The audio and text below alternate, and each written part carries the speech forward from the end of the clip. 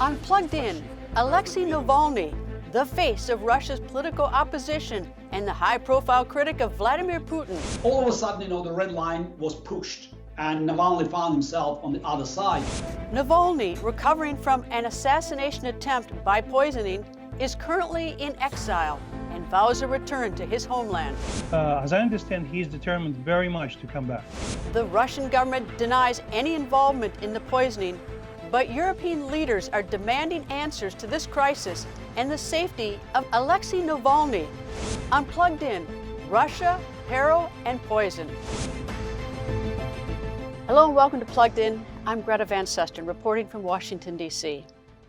U.S. Secretary of State Mike Pompeo says there is a substantial chance the order to poison Russian opposition leader Alexei Navalny came from senior Russian officials. Russia denies this. While campaigning in Siberia, Navalny, a political opposition leader and popular critic of Vladimir Putin, was mysteriously poisoned. He was hospitalized in Germany, where doctors say the poison that nearly killed him was Novichok. Navalny is intent on returning to Russia and wants President Trump to condemn the use of the chemical weapon that left him nearly dead in a hospital.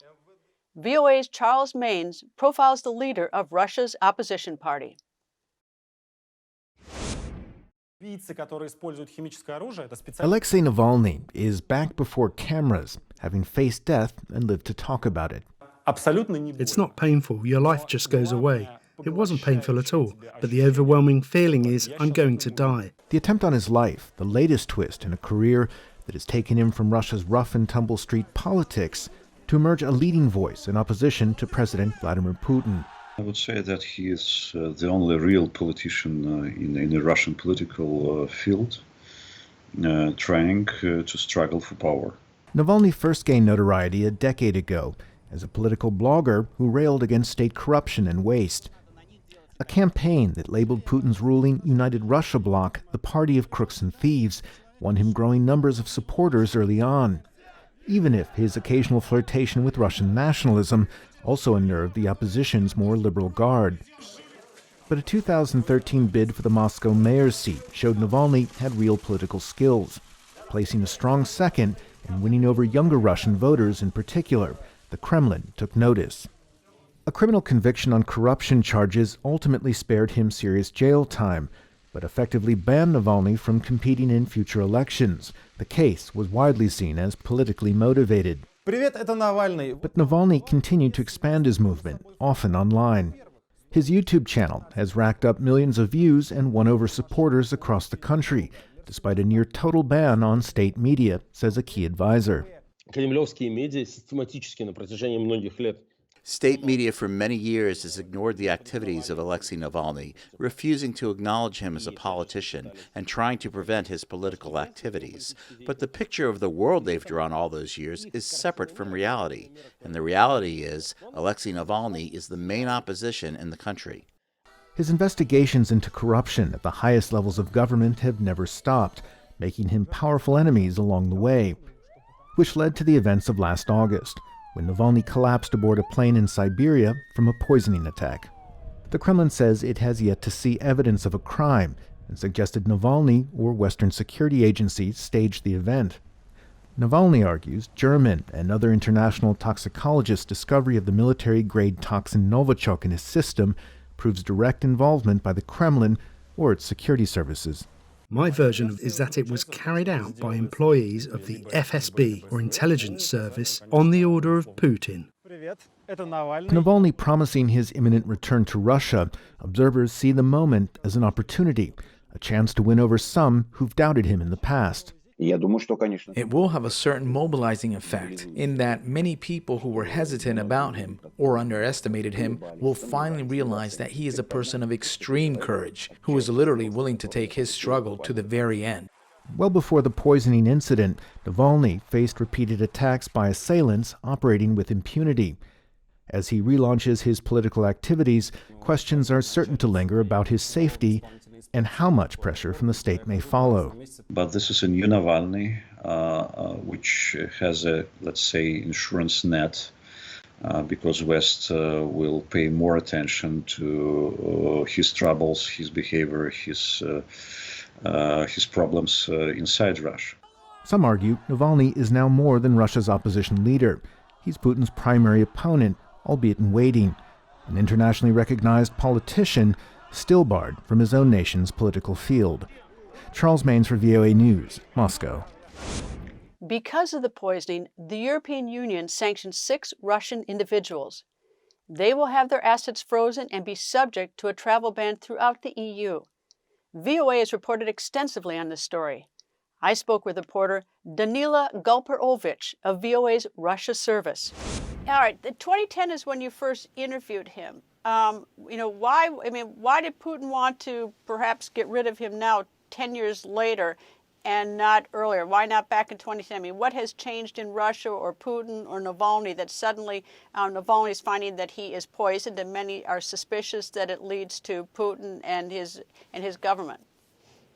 After elections, president elections of 2018, to which Navalny was not allowed to participate, then Kremlin thought that probably after that, the influence of Navalny, and he was quite influential at that time, will decrease. But nevertheless, this network of his headquarters, the political activism, which still has many different tasks, like to fight corruption, to win local elections, to win state elections, never decreased.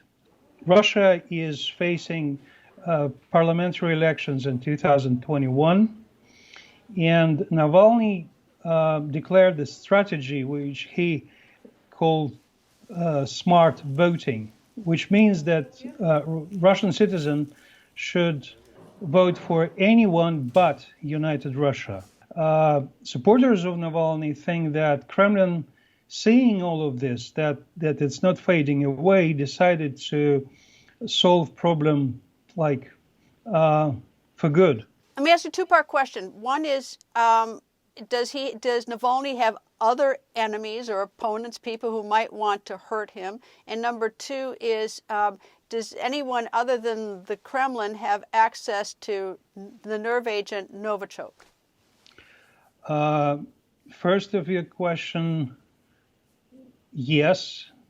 And I think that U.S. Congressman Tom Malinowski formulated it really good, that eventually it's Putin's responsibility anyway, because or he ordered it directly, or he created the impression that amongst his close friends, cronies, anyone, that this action will please him. We can say that the close friend of Putin and now well-known Yevgeny Prigozhin, sanctioned by United States and very well known for his activity in Syria, Libya, and others, he is well known for, at least many people pointed at him as somebody who is behind previous poisoning of his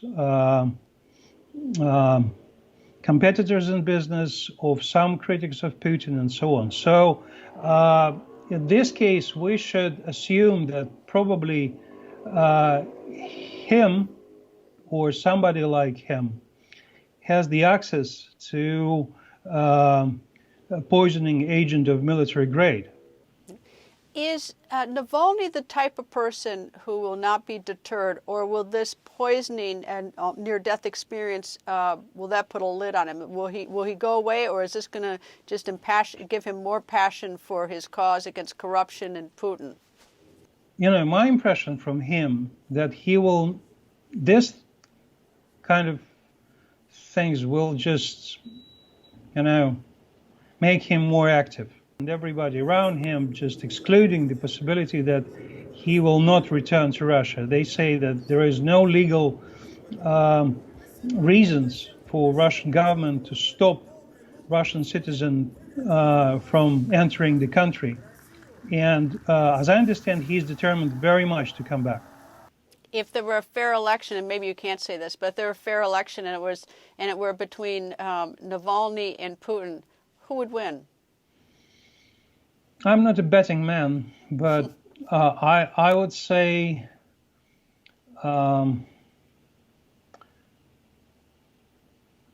now, after this amendments to Constitution, which makes Putin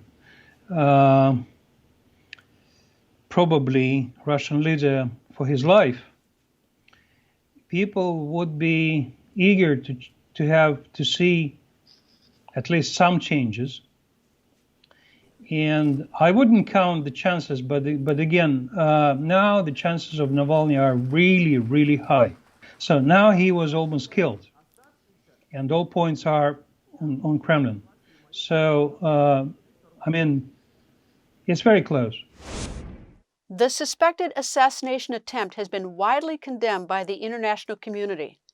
Russia's President, Vladimir Putin, has rejected accusations of the Kremlin's involvement, saying he personally allowed Mr. Navalny to be flown to Germany for treatment. If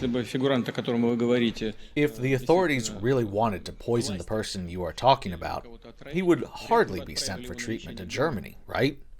Immediately, as soon as the wife of this gentleman appealed to me, I immediately gave an order to the prosecutor's office to check the possibility of his departure abroad for treatment.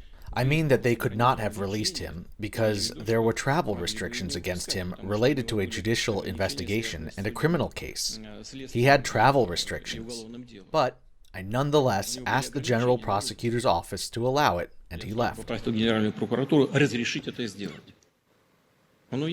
For some of Russia's political exiles who have resettled in London and other Western European cities, it has proven difficult to escape the long reach of the Kremlin. VOA's Henry Ridgewell tells us more from London. London has long been a favoured destination for Russians seeking a new life in Europe, says former British diplomat and Russia expert Ian Bond. You've got a community that you can plug into. You've got a couple of Russian language newspapers, you've got Russian churches, you've got Russian schools. Exile hasn't always offered safety.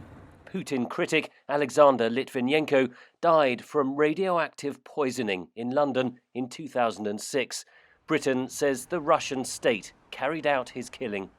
In 2018, former Russian double agent Sergei Skripal and his daughter Yulia were poisoned with Novichok, a nerve agent produced only by the Russian government. Both survived, but a local woman died after coming into contact with the poison. Former Chechen commander Zelimkhan Khangoshvili was shot dead in a Berlin park in 2019.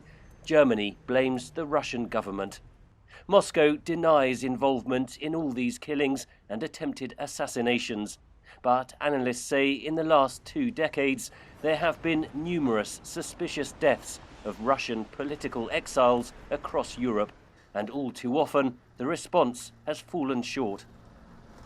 There is sometimes a tendency in some European countries to think, well, as long as it's Russians shooting other Russians, we should just let them get on with it. Russia's main opposition figure, Alexei Navalny, was allegedly poisoned with Novichok in Siberia and flown to Berlin for treatment. Financier Bill Browder has led efforts to persuade Western nations to adopt so-called Magnitsky laws targeting the assets of Kremlin officials accused of human rights abuses, after his tax advisor Sergei Magnitsky died in a Russian jail in 2009. Putin poisoned his political opponent using a chemical weapon, and that should elicit massive and punishing consequences for Vladimir Putin. Browder says Europe does have leverage against Putin and the oligarchs who keep him in power. These people all have villas in the south of France, in Sardinia, in Marbella. They have apartments in London and Milan. They keep bank accounts in Switzerland, in Paris, in London.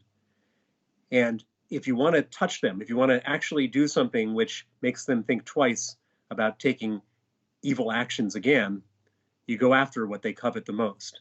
And so the EU is the key. Germany has urged the European Union to impose new sanctions on Russia following Navalny's poisoning. But any one member state can veto the bloc's actions. There's always somebody there who wants to do Putin a favor. And because of that, the EU effectively can't act. Germany has also been accused of hypocrisy as it is pressing ahead with the construction of the Nord Stream 2 gas pipeline from Russia to its northern shores. Critics, including Washington, say the pipeline will simply enrich the Kremlin. I'd say that Merkel was under more pressure to cancel it than she has been at any time. Germany has sent blood samples from Navalny to the Organisation for the Prevention of Chemical Weapons in The Hague. If the use of Novichok is confirmed, Berlin says it will press for more sanctions against Moscow.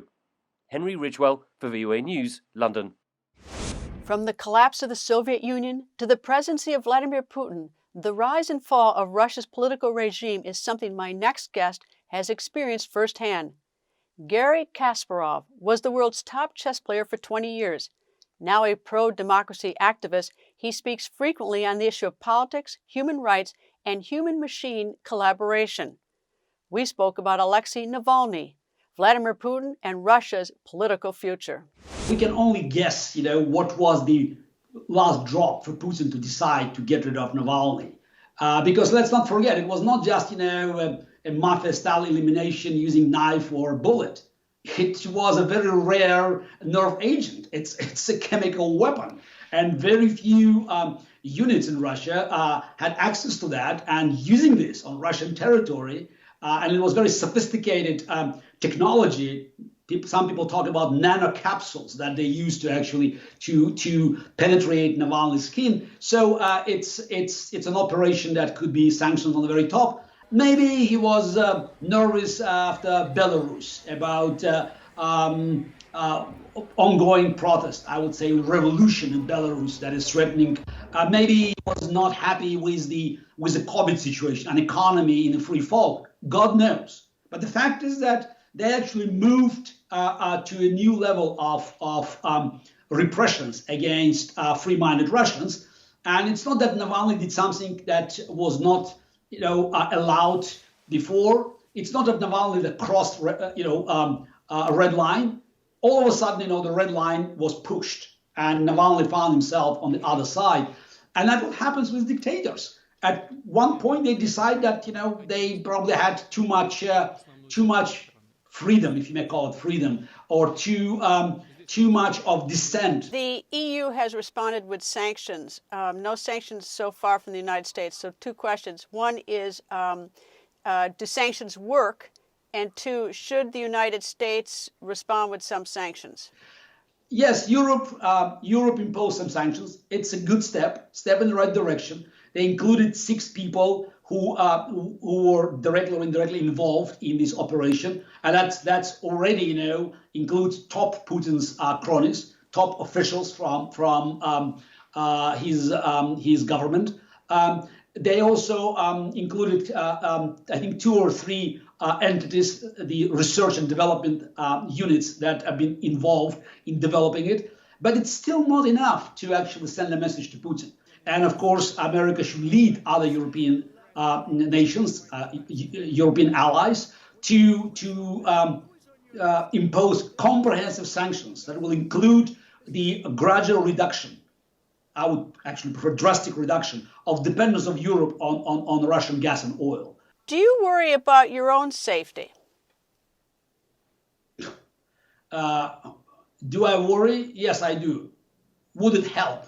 So what can I do? So I try to minimize contacts with people that I don't know well. So definitely I don't drink tea with strangers. But we all understand that opposing Putin, even if you live outside of Russia, even if you are as far away as the United States, it's a very, very,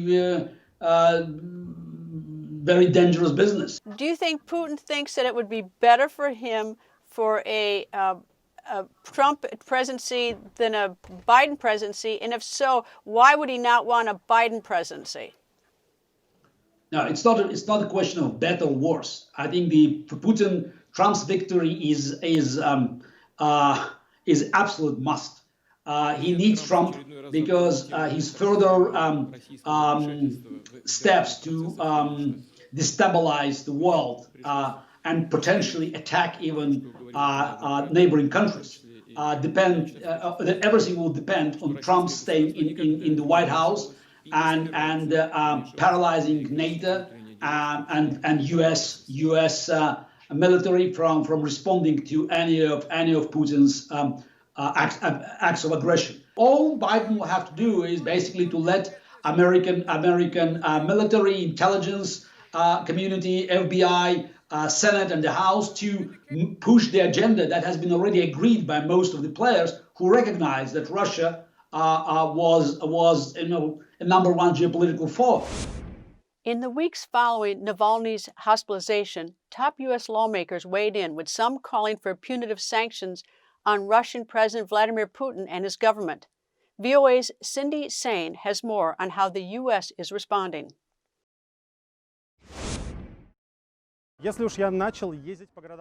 Just before he was poisoned, Russian opposition leader Alexei Navalny was said to be working on one of his many investigative reports about Russian government corruption in the Siberian city of Tomsk. He was stricken during a return flight to Moscow and later transferred to Germany. The 44-year-old is now out of a coma at Berlin's Charité hospital. But the hospital says it is too early to gauge the potential long-term effects of the poisoning. The Kremlin has denied any involvement in the incident and dismissed any accusations of a crime. President Donald Trump had this response when asked about Navalny's poisoning. We haven't had any proof yet, but I will take a look. It is interesting that everybody's always mentioning Russia. And I don't mind you mentioning Russia, but I think probably China at this point is a nation that you should be talking about much more so than Russia, because the things that China is doing are far worse. Despite Trump's remarks, the group of 7 foreign ministers, including U.S. Secretary of State Mike Pompeo, released a statement condemning Russia for the poisoning. Their statement cited toxicological evidence by German medical specialists that Navalny was the victim of a chemical nerve agent. They went on to call on Russia to bring those responsible to justice. On Capitol Hill, House Foreign Affairs Committee Chairman Eliot Engel, a Democrat, and the ranking Republican member, Michael McCaul, sent a letter to President Trump requesting he order an investigation. Representative Bill Keating told VOA there is bipartisan support for action on Navalny. What I hope for and what I think will occur, there will be discussion that's bipartisan in nature, not just Democrats or not just Republicans, but together. Representative Tom Malinowski is calling for punitive sanctions against Russian President Vladimir Putin. Sanctions alone are not going to turn Vladimir Putin into a pussycat, but the absence of punitive sanctions also would send a message that the rest of the world either tolerates this kind of behavior or feels powerless to stop it. The Kremlin has accused Germany of bluffing when it says it has unequivocal proof Navalny was poisoned. Cindy Sain, VOA News, Washington. In recent interviews, Navalny has called for the President of the United States to condemn the poisoning and oppose the use of chemical weapons in the 21st century. For more on how Navalny's case is being perceived globally, I spoke with Matthew Rojansky, director of the Kennan Institute at the Wilson Center in Washington, D.C. He is also an expert on U.S.-Russia relations. We talked about Russia's actions on the world stage and how other countries are reacting. First, with respect to the EU sanctions, they have taken a very formalistic approach to the sanctions. They basically sanctioned, officials of the Russian government, officials of the Kremlin, who almost certainly had nothing to do directly with this poisoning. So in a sense, they've just thrown the ball over to the Russian court to say, we don't like that this has happened in Russia. Now it's up to you to find who's really responsible and actually investigate and prosecute them if you ever want to get, for example, your prime minister or your chief of staff out from under sanctions. It's an odd approach to sanctions. I think it reflects sort of exhaustion and frustration at this point. On the U.S. side, just because there haven't been sanctions yet doesn't mean that there won't be. I think that there will be, especially under the chemical weapons sanctions, which requires the United States, when chemical weapons have been used, as they have in this case, and it's proven. There's a ticking clock. I think it's 90 days to impose sanctions. So I think they'll come. But the final wrinkle is actually in something that National Security Advisor O'Brien said just a few days ago. It was a simple statement, an admission of reality when it comes to sanctions. He said, when it comes to Russia and Iran, we're simply running out of targets. And I think that's true. Who else are we going to sanction at this point that the sanctions would have any impact? And is it ever going to change Russia's behavior? I mean, I think the smart money says probably not, or not anytime soon. So what does that mean for the future, that everyone just sort of looked the other way? No, I think there are options besides sanctions in terms of imposing costs. One of them is deterrent actions, making it very clear to the Russians that it's not just going to be a kind of finger wag, we'll impose some penalties that cost you a couple of fractional percentage points of your GDP, but rather, if you come after us in cyberspace, or if you do these hack and leak information operations, we can do the same to you. We can reveal secret accounts belonging to Russian officials. We can leak those to independent Russian language media, to the Russian opposition, etc. And then there are even more tougher measures. I do think that we are now in the realm, it's unfortunate because it does carry with it a risk of escalation, but we're in the realm where moving forces, be they kind of cyber forces or other kind of soft power forces or hard military assets, to signal, as we did during the Cold War, that something is unacceptable. This is increasingly on the table. We are in that sort of all options are on the table version of the world, which is scary because, of course, Russia and the United States are the world's two leading nuclear powers. So, unintended escalation can go to some very dark places. Is there a way to describe, as we're going into this election, what the Trump administration policy is on Russia and what you anticipate what a Biden administration, should he be elected, policy would be about Russia? That is a fascinating question, Greta, because fundamentally there's much more policy continuity than you would believe from looking at the headlines. The biggest gap is in the language and the rhetoric and the attitude, if you will. The president talks about wanting to have a good relationship with the Russians, that it would be a good thing and not a bad thing to get along with Russia. But there has not been a senior official in the U.S. government, with the exception of a handful of Republicans on Capitol Hill, who have backed him on that view. His Secretary of State, Mike Pompeo, has been very hawkish on Russia. All of his national security advisors have been very hawkish, John Bolton famously so, but also H.R. McMaster, Robert O'Brien as well. And the intelligence community remains very hawkish on Russia. So the policy fundamentally hasn't changed. And to the extent that there's been this sort of breach, if you will, between Congress and the executive, the executive, per the Constitution, runs American foreign policy, right? It's the commander-in-chief, it's the prerogative of the executive.